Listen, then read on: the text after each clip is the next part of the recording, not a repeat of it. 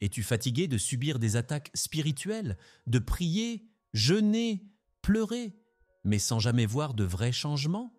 Aujourd'hui, tu vas découvrir pourquoi tes prières sont peut-être inefficaces et comment y remédier dès maintenant.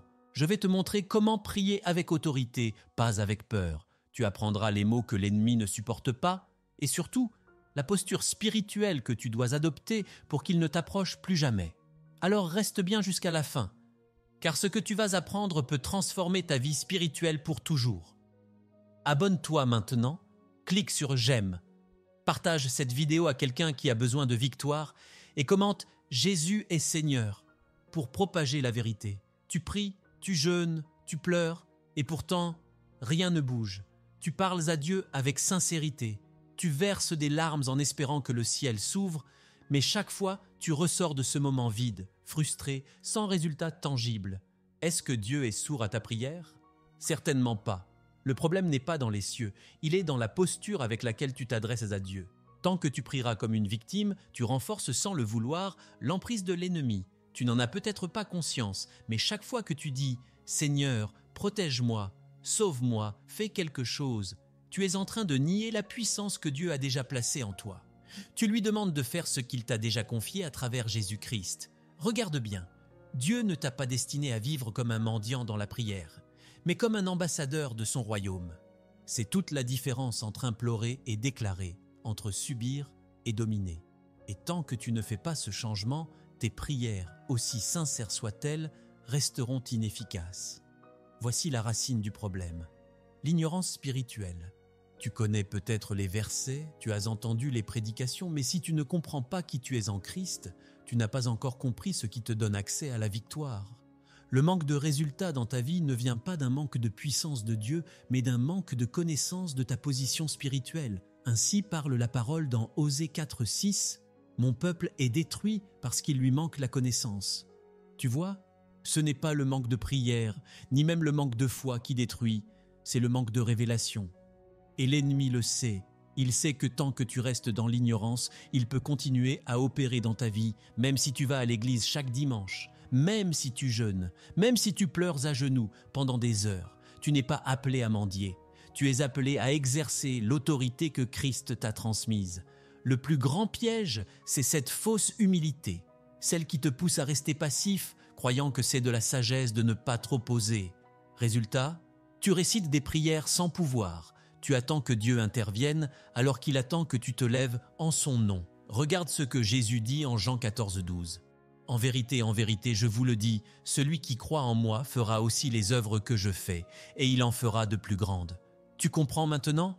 Ce verset est une bombe spirituelle. Jésus ne dit pas « Supplie-moi pour que je t'aide à faire ces œuvres ». Il dit « Celui qui croit agira ». Il ne promet pas l'action à ceux qui pleurent tout cri, mais à ceux qui croient et se lèvent. Le ciel attend des actes de foi, pas des discours religieux. L'ennemi ne craint pas tes longues prières sans conviction. Il tremble devant ta foi révélée, exprimée avec autorité. À partir d'aujourd'hui, cesse de prier comme si tu étais démuni. Tu n'es pas seul, tu n'es pas faible, tu n'es pas exposé. Tu es un enfant de Dieu, assis avec Christ dans les lieux célestes. Parle et agis comme tel. Tu as reçu une autorité, tu ne dois plus la demander. Il est temps de secouer cette mentalité d'attente. Trop de croyants vivent comme s'ils attendaient encore un signe du ciel pour agir. Mais la vérité est simple, tu n'as plus besoin de supplier Dieu pour ce qu'il t'a déjà donné. Si tu es en Christ, l'autorité est déjà déposée en toi. Elle ne dépend pas de tes émotions, ni de ton passé, ni de ton expérience religieuse. Elle dépend de ta position en Jésus. Écoute bien ce que dit la parole dans l'Évangile selon Luc, chapitre 10, verset 19. « Voici, je vous ai donné le pouvoir de marcher sur les serpents et les scorpions et sur toute la puissance de l'ennemi, et rien ne pourra vous nuire. Pas « je vous donnerai », mais « je vous ai donné ». C'est une réalité accomplie. Et pourtant, combien de croyants vivent encore comme s'ils étaient en attente d'une permission divine pour se lever face au diable? Tu n'as pas besoin d'une nouvelle onction, ni d'un nouveau miracle, ni d'une visitation spéciale. Tu as besoin d'activer ce qui est déjà en toi. Imagine un général qui possède la plus grande armée du monde, mais qui passe ses journées à mendier l'aide de son roi. Il refuse de parler avec autorité. Il reste caché dans sa tente pendant que ses ennemis prennent son territoire. Ce général ne manque pas de puissance. Il manque de conscience de son autorité. C'est exactement ce que fait le chrétien qui prie. Seigneur, fais partir l'ennemi de ma maison. Seigneur, prends le contrôle. Mais Dieu t'a déjà donné le contrôle à travers le nom de Jésus-Christ. Tu n'es pas censé implorer, tu es censé ordonner. Tu ne pleures pas à l'ennemi de te laisser tranquille, tu le commandes de sortir. Voici ce que tu dois changer dès maintenant. Ne parle plus avec peur, parle avec foi. Même si tu trembles à l'extérieur, parle avec la certitude de celui qui sait que le ciel l'appuie. Ne déclare plus tes émotions, déclare la parole. Tes sentiments peuvent mentir, la parole ne ment jamais. Ne tolère plus les ténèbres, chasse-les, ferme toutes les portes. Tu n'as pas été sauvé pour cohabiter avec les démons, mais pour les faire fuir. L'ennemi n'a plus aucun droit légal sur ta vie. Il a été dépouillé à la croix, mais il reste un usurpateur, un manipulateur, un voleur. Et tant que tu te tais, il agit. Tant que tu doutes, il avance. Tant que tu l'ignores, il installe ses quartiers. Rappelle-toi ce que dit l'évangile de Jean 17:10. Le voleur ne vient que pour dérober, égorger et détruire. Moi, je suis venu afin que les brebis aient la vie et qu'elle l'ait en abondance. Tant que tu refuses d'exercer ton autorité, tu laisses ce voleur agir. Mais à partir d'aujourd'hui, lève-toi et fais-lui face. Pas en ton nom, pas avec ta force, mais avec le nom de Jésus-Christ qui est au-dessus de tout nom. Tu n'es pas en attente d'un miracle, tu es déjà porteur de la solution. Les 6 clés divines qui activent ton autorité. Tu veux voir ta vie spirituelle changer? Il ne suffit pas de connaître l'autorité que Christ t'a donnée. Tu dois l'activer avec précision, foi et intelligence spirituelle. L'autorité de Dieu n'est pas un slogan, c'est une arme. Et pour la manier avec puissance, tu dois en comprendre les mécanismes divins. Voici 6 clés spirituelles que Dieu a placées à ta disposition. Elles ne sont pas théoriques. Elles sont bibliques, concrètes, et elles fonctionnent à chaque fois qu'elles sont appliquées avec foi. Première, reconnais ton identité en Christ. La première défaite du croyant commence dans son identité. Tant que tu te vois comme un simple chrétien fragile, l'ennemi n'a même pas besoin de t'attaquer. Tu t'auto-détruis.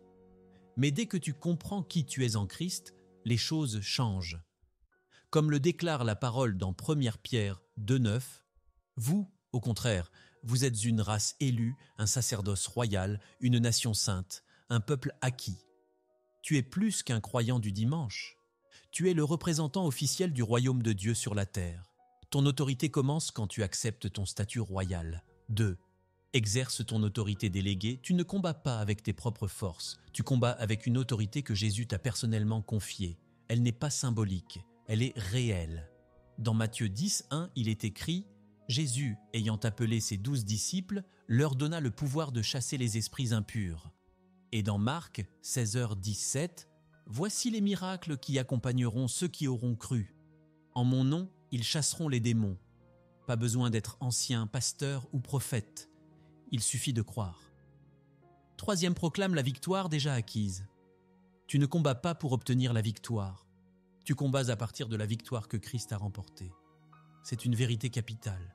Colossiens 2:14-15 dit clairement « Il a effacé l'acte dont les ordonnances nous condamnaient, et il les a livrées en spectacle, en triomphant d'elles par la croix. » Chaque fois que tu proclames cette victoire, tu rappelles à l'ennemi sa défaite, et il déteste ça.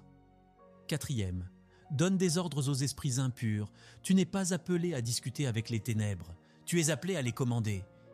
Il n'est pas question ici de formules longues ou compliquées. Jésus nous donne l'exemple dans Marc 1:25. Jésus le menaça disant « Tais-toi et sors de cet homme. » C'est tout. Pas de théâtre, pas de supplication. Une parole d'autorité suffit. Cinquième, déclare la protection divine. Beaucoup prient pour la protection, mais oublient de la déclarer avec assurance. Tu n'as pas à demander tous les jours ce que Dieu a déjà établi. Le psaume 91:11 affirme « Il ordonnera à ses anges de te garder dans toutes tes voies. » C'est une promesse scellée. Tu peux la proclamer chaque jour avec foi et vivre sous un bouclier spirituel invisible mais réel. 6. Établis la paix de Dieu sur ta vie. La paix ne vient pas seulement quand tout va bien. Elle se manifeste même au cœur du combat, et elle est une arme contre la confusion, le chaos et la peur. Jean 14h27 nous transmet les paroles du Christ. « Je vous laisse la paix, je vous donne ma paix. Je ne vous donne pas comme le monde donne. Que votre cœur ne se trouble point. » Déclare cette paix sur ton foyer, ton travail, ton esprit. Elle est ton droit spirituel. Comment prier efficacement avec ces principes? Une prière courte peut faire trembler tout l'enfer. Si elle est dite avec foi, autorité et vérité. Ce n'est pas la longueur des mots qui libère la puissance, c'est la foi qui les porte. Dieu n'attend pas un discours parfait. Il attend une parole dite avec conviction. Voici une prière de 30 secondes qui active les 6 principes que tu viens de découvrir. Elle n'est pas un rituel, elle est une déclaration d'autorité enracinée dans la parole de Dieu. Au nom de Jésus-Christ de Nazareth, je commande à tout esprit de peur, d'oppression, de maladie de quitter ma vie et ma maison maintenant. Je proclame que le sang de Jésus me couvre et qu'une muraille invisible protège mon foyer. Je déclare la paix de Dieu sur mon cœur, ma famille et mes pensées. Amen. Cette prière est un coup de tonnerre spirituel. Chaque mot est choisi pour activer une vérité divine. Quand tu dis « Au nom de Jésus-Christ de Nazareth », tu invoques le nom au-dessus de tout nom, celui que le ciel, la terre et l'enfer reconnaissent. Philippiens 2,10 le dit sans équivoque. « Afin qu'au nom de Jésus, tout genou fléchisse dans les cieux, sur la terre et sous la terre. » Quand tu commandes aux esprits de partir, tu exerces la même autorité que Christ a exercée sur les démons. Tu ne leur parles pas, tu ne négocies pas, tu leur ordonnes de partir, comme Jésus l'a fait à maintes reprises dans les évangiles. Lorsque tu déclares que le sang de Jésus te couvre, tu t'appuies sur la victoire définitive de la croix. Apocalypse 12:11 témoigne de cette puissance. Ils l'ont vaincu à cause du sang de l'agneau et à cause de la parole de leur témoignage. En proclamant une muraille de protection, tu affirmes ta foi dans la sécurité divine.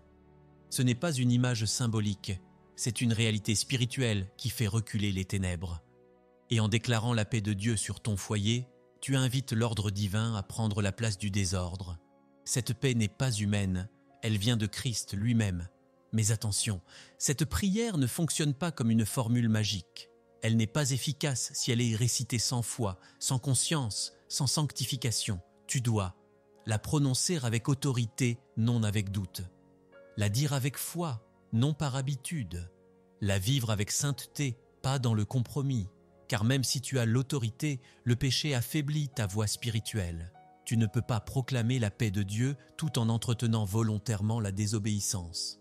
1 Jean 3,22 l'affirme, « Quoi que ce soit que nous demandions, nous le recevons de lui, parce que nous gardons ses commandements. » Voici comment cette prière devient un outil de domination quotidienne.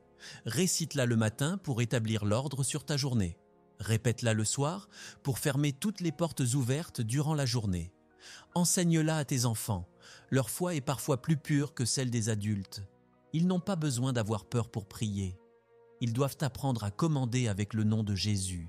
Cette prière est simple, mais elle est puissante. Elle ne vient pas de l'homme. Elle s'appuie sur la parole éternelle de Dieu.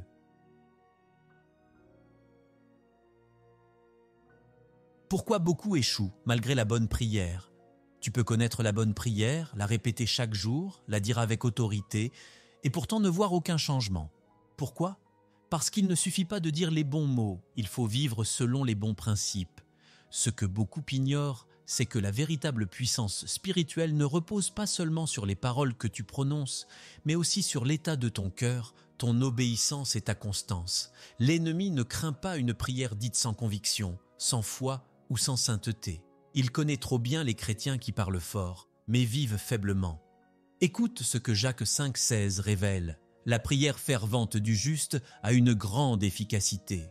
Ce n'est pas une prière répétée mécaniquement qui produit des résultats. C'est une prière fervente, intense, vivante, faite par un cœur juste, aligné avec Dieu. Voici 5 raisons courantes pour lesquelles même une bonne prière peut rester sans effet. 1. Prier sans conviction spirituelle. Tu peux dire la bonne formule, mais si ton cœur n'y croit pas vraiment, ta bouche ne porte aucune puissance. Tu ne récites pas une poésie, tu déclares une guerre. Chaque mot doit être chargé de foi et non vidé par la routine. Deuxième, douter de ton autorité pendant que tu pries. Si tu commandes au nom de Jésus, tout en doutant intérieurement que cela fonctionne, tu neutralises la puissance de ta parole. Le doute est un poison spirituel. Jacques 1 à 6-7 met en garde. Mais qu'il la demande avec foi sans douter, car celui qui doute est semblable au flot de la mer, qu'il ne s'imagine pas recevoir quelque chose du Seigneur. Troisième, ne priez qu'en temps de crise, beaucoup attendent que tout aille mal pour se souvenir de l'autorité. Mais l'autorité s'exerce quotidiennement. C'est une position permanente, pas un bouton d'urgence. La constance crée une atmosphère spirituelle stable. Une maison où l'on prie avec autorité chaque jour devient infranchissable pour l'ennemi. Quatrième, ne pas inclure ta famille dans la guerre spirituelle. Tu peux bien prier, mais si ton foyer reste passif, l'ennemi trouve des failles. Enseigne cette prière à tes enfants, partage-la avec ton conjoint. L'unité spirituelle dans la maison est une forteresse. Jésus a dit dans Matthieu 18-19, « Si deux d'entre vous s'accordent sur la terre pour demander une chose quelconque, elle leur sera accordée par mon Père qui est dans les cieux. » Cinquième, vivre dans le compromis ou le péché caché. Tu ne peux pas déclarer la sainteté de Dieu tout en entretenant une vie de désordre. Ce n'est pas l'autorité qui te manque, c'est l'alignement avec la volonté de Dieu. Un cœur pur a une voix puissante dans le monde spirituel. 1 Jean 3, 21 à 22. Bien-aimés, si notre cœur ne nous condamne pas, nous avons de l'assurance devant Dieu. Et quoi que ce soit que nous demandions, nous le recevons de lui. Appliquer ton autorité spirituelle dans ta vie quotidienne. Ce que tu apprends ici ne doit pas rester dans la théorie. L'autorité spirituelle que Dieu t'a confiée doit être appliquée chaque jour, dans tous les domaines de ta vie. Il ne s'agit pas de vivre dans la peur et de réagir quand le mal frappe. Il s'agit de vivre en domination constante, selon ce que dit l'Écriture. Tu n'es pas appelé à fuir le combat, tu es appelé à le dominer. Et ce combat n'est pas toujours spectaculaire. Il est parfois silencieux, discret, quotidien, mais il est bien réel. Voici 3 domaines clés où tu dois exercer ton autorité spirituelle sans relâche. 1. La nuit, quand l'anxiété, la peur ou les cauchemars frappent. Peu de gens le disent, mais la nuit est un moment stratégique pour les attaques spirituelles. Beaucoup de croyants sont oppressés pendant leur sommeil. Rêves de peur, paralysie nocturne, pensées lourdes dès le réveil. Quand cela se produit, ne reste pas couché à subir. Lève-toi, même s'il est 3 heures du matin, et prie avec autorité. Pas un murmure, mais une déclaration ferme. Au nom de Jésus-Christ, j'ordonne à tout esprit de peur et d'oppression de quitter cette maison. Je déclare la paix de Dieu sur mon sommeil. Tu n'attends pas que la peur parte, tu la chasses. Tu ne pries pas pour que Dieu vienne, tu établis sa présence par la foi. Psaume 4,9 affirme « Je me couche et aussitôt je m'endors en paix, car toi seul, Éternel, tu me fais habiter en sécurité. » Ici, deuxième, dans ta maison, lorsque l'atmosphère devient tendue, confuse ou lourde, il y a des jours où tout semble aller de travers. Disputes sans raison, colère soudaine, découragement brutal, cela n'a rien de naturel. C'est parfois une pression spirituelle invisible qui s'installe dans le foyer. Dans ces moments, ne t'attaque pas aux gens. Tu dois comprendre qu'il y a une influence spirituelle derrière. Tu prends autorité dans la prière, même en silence si nécessaire. Esprit de division et de confusion, je t'ordonne de quitter cette maison au nom de Jésus. Je déclare la paix de Dieu dans chaque pièce, dans chaque cœur. Tu peux même marcher dans ta maison en déclarant la parole. Les murs n'ont pas d'oreilles, mais les esprits entendent quand l'autorité est exercée. Troisième, dans ton travail, tes projets ou finances, lorsque tout est bloqué sans explication, parfois, tu fais tout correctement, mais tout semble échouer sans raison logique. Tu avances d'un pas, tu recules de 2. Ce n'est pas toujours une coïncidence, c'est peut-être un blocage spirituel. Tu dois apprendre à prier, non seulement pour ta vie spirituelle, mais aussi pour tes affaires, tes finances, ton travail. Dieu ne sépare pas ta vie spirituelle de ta vie professionnelle. Il veut que tu sois béni dans tous les domaines. Deutéronome 28:8 le confirme. L'Éternel ordonnera à la bénédiction d'être avec toi dans tes greniers et dans toutes tes entreprises. Si tout stagne, parle. Ne te tais plus. Dis, je brise tout blocage spirituel dans mes projets. Je déclare l'ouverture divine dans mes affaires. Je proclame que la faveur de Dieu me suit. Ton autorité spirituelle n'a pas de frontières. Elle ne s'applique pas seulement à l'Église. Elle s'applique chez toi, dans ton lit, dans ton salon, dans ton bureau, dans ta voiture, partout. C'est cela, marcher dans l'autorité. Tu vis chaque jour conscient de ta position en Christ, prêt à faire fuir l'ennemi dès qu'il tente de se manifester. Brise les blocages qui t'empêchent d'exercer ton autorité. Tu sais ce qui empêche la plupart des croyants d'exercer leur autorité? Ce n'est pas un manque de puissance, ce n'est pas un manque de prière, ce n'est même pas un manque de foi, c'est un système de pensée brisé, des pensées fausses, intérieures, que l'ennemi utilise pour te neutraliser avant même que tu n'ouvres la bouche. Si tu ne confrontes pas ces blocages mentaux, tu vas entendre des vérités puissantes, mais rester spirituellement paralysé. Aujourd'hui, il est temps de les détruire. Voici les plus grandes résistances intérieures que tu dois briser dès maintenant. 1. Je ne suis pas assez spirituel pour faire ça. Tu penses que l'autorité était réservée aux pasteurs, prophètes ou leaders spirituels? Faux. C'est un mensonge du diable pour te garder passif. Tu es enfant de Dieu, donc héritier de son autorité. Romains 8,17 l'affirme clairement. Or, si nous sommes enfants, nous sommes aussi héritiers, héritiers de Dieu et co-héritiers de Christ. Ce n'est pas ta performance qui t'autorise à commander, c'est ta position. 2. Je ne ressens rien quand je prie. L'autorité n'a rien à voir avec ce que tu ressens. Tu n'as pas besoin de frissons, de chaleur ou d'émotion pour exercer ta position. Jésus n'a jamais dit « Ressentez ma puissance ». Il a dit « Croyez ». 2 Corinthiens 5,7 déclare « Car nous marchons par la foi, non par la vue ». Si tu attends un ressenti pour agir, tu es encore dirigé par ta chair, pas par ton esprit. 3e, et si ça ne marche pas? Cette pensée est subtile, mais destructrice. Elle t'empêche d'agir. Elle place le doute dans ton esprit avant même que tu ouvres la bouche. Mais comprends ceci, le monde spirituel réagit à la foi, pas aux résultats immédiats. Dans Daniel 10, l'ange lui dit au verset 12 « Depuis le premier jour où tu as eu à cœur de comprendre, tes paroles ont été entendues. » Mais la réponse est arrivée 21 jours plus tard. Ta prière d'autorité agit immédiatement dans l'invisible, même si tu ne vois rien dans l'instant. 4e, ce genre de prière est trop agressif. Ce n'est pas mon style. Ce n'est pas une question de style. C'est une question de guerre. Tu n'es pas appelé à être doux avec l'ennemi. Tu es appelé à le dominer. Jésus n'a jamais négocié avec les esprits impurs. Il les a chassés. Paul n'a jamais discuté avec les forces de l'ombre. Il les a confrontés, et toi aussi, tu dois faire pareil. Luc 10h19 est formel. Je vous ai donné le pouvoir de marcher sur toute la puissance de l'ennemi. Ce n'est pas une option, c'est un commandement. 5e, je ne veux pas attirer l'attention de l'ennemi sur moi. Tu crois qu'en restant discret, tu vas éviter le conflit spirituel? C'est un piège. Tu es déjà dans la guerre, que tu le veuilles ou non. L'ennemi ne respecte que ceux qui se lèvent. Si tu te caches, tu es une cible facile. Ce n'est pas en fuyant que tu es protégé, c'est en tenant ferme dans l'autorité. Éphésiens 6,13 te donne la stratégie. Prenez toutes les armes de Dieu afin de pouvoir résister dans le mauvais jour et tenir ferme après avoir tout surmonté.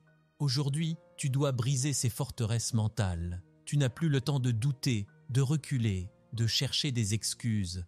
Tu as tout reçu pour dominer. Ne laisse plus ton propre raisonnement t'empêcher d'agir. Tu n'es pas trop jeune, tu n'es pas trop faible, tu n'es pas trop en retard. Tu es équipé, mandaté et envoyé. Le ciel t'appuie quand tu te lèves dans la vérité. Frère, sœur, ne reste plus passif. Tu es un soldat de Christ, pas une victime. Tu as l'autorité, tu as les clés, tu as l'Esprit de Dieu en toi. Alors, exerce ton autorité chaque jour, commande avec foi, déclare la victoire et regarde comment l'ennemi fuit devant toi. Si tu veux voir d'autres vidéos puissantes comme celle-ci, abonne-toi dès maintenant, clique sur « J'aime », commente « Dieu est grand » et partage cette vérité autour de toi. Et surtout, clique maintenant sur la vidéo qui s'affiche à l'écran. Tu ne peux pas te permettre de passer à côté. Que Dieu te bénisse puissamment.